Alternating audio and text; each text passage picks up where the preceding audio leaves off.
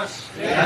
Mula po sa mga kasalanan. Hindi ko kaya linisin, ayusin ang kaluluwa ko na marumi dahil sa kasalanan na aking ginana at nagawa mula na ako'y kinala. Hihingi ko ako ng kapatulan. At ako'y nanampalataya kaya ika'y nabayubay sa krus para pagbayaran ang aking kasalanan. Namatay para ako'y tubusin sa kapahamakan ng impyerno. At nabuhay para ako'y bigyan ng pag-asa na buhay walang hanggan. Sa oras na ito, binubuksan ko ang aking puso. Inaanyayahan kita. Inatanggap kita. Ng Diyos ang sarili ko tagapagligtas. Ito'y aking dalangin. Nagkakatiwala sa inyo. Ang pinapasalamatan sa pangalan ng Panginoon Jesus, aming Diyos ang sarili tagapagligtas. Amen.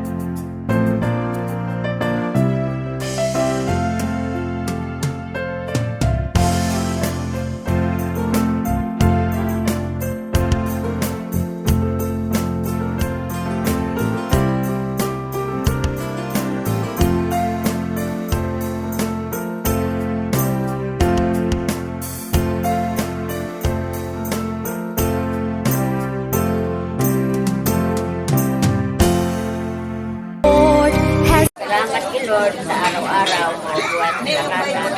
Papasalamat po ako sa araw-araw na nagpupunta sa amin para kami naturuan ng kasalita ng Diyos. At sana po lagi kami ligtas. Yun lang po. Po sa FBBC. Salamat po sa lahat ng blessings na ginawa sa buong taon po. Salamat. Maraming salamat. Salamat po sa inyo, sa inyo pong ministry, dahil po sa patuloy niyo po na pagtulong sa amin, at ganoon din po sa walang sawang pagpunta po dito ni Pastor Al. Thank you po, and Merry Christmas po sa inyong lahat. Ako po ay nagpapasalamat sa mga pastor, kay Pastor Al at Pastor Alex na pumupunta dito para ibahagi sa amin yung magandang balita. At marami po kaming natutunan sa kanila. Nagpapasalamat ako na marami, nabibigyan ko na pagpapala ng Panginoon ang mga hindi po dinadaan ng mga preso. At nagpapasalamat din po kami sa Faith Baptist Church na nagmamahalo sa amin, nagbibigay sa amin ng pagpapala, biyaya po ngayon. At nagpapasalamat din po kami sa Panginoon pag-isip po sa umaga, nailayo kami sa masakit.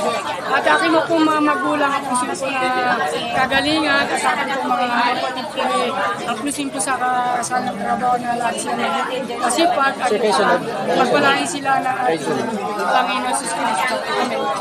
Magandang umaga po, Pastor. Ako po ang inyong kapatid si Lamberto Tagakay, 66 anyos, kasalukuyan nakakulong dito sa CPJ. Una po, ang pasasalamat ko ay sa Panginoon nating Diyos. Kahit po ganitong kami nagkasala, lalo na po ako, nagkasala po ako talaga, inaamin ko po sa Panginoon Diyos.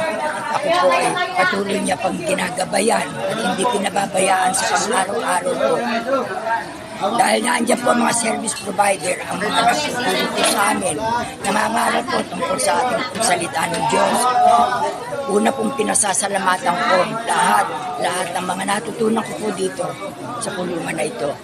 Dahil dito po nakilala ko ang Panginoong Diyos sa pamamagitan po nila Pastor. Kaya ako po ay labis-labis nagpapasalamat. Kinagagala ko po ang araw na natin na sila'y naandito upang kami makatanggap ng biyaya sa salita, mabuting salita ng Panginoon Diyos. At ito po, pinapangako ko. Sa loob man po, nasa labas na ako, akin pong panghahawakan itong mga natutunan ko tungkol sa Panginoon Diyos. Nagpapasalamat po ako sa inyo, Panginoon. Ngayon po, unti-unti ko na po nakikilala. Manawan. Okay lang ba dyan? 1, 2, begin. Sa lahat po ng bumubuo ng Faith Baptist ng local church po, nagpapasalamat po ako ng buong puso itong buong taon na 2025. Ay maraming salamat po sa mga blessing na tanggap namin. Salamat din po kay Pastor Alex Daquela, kay Brother Al, at kay Brother John Mark, at kay Brother Joshua. Sa lahat po ng bumubuo ng gawain ito, maraming salamat po at bumabati po kami ng isang Merry Christmas and Happy New Year po sa inyong lahat. Sana po sa pagdating ng 2026 ay makalabas na po ako at makita ko na rin po kayong lahat. Amen. Po. God bless po sa inyo.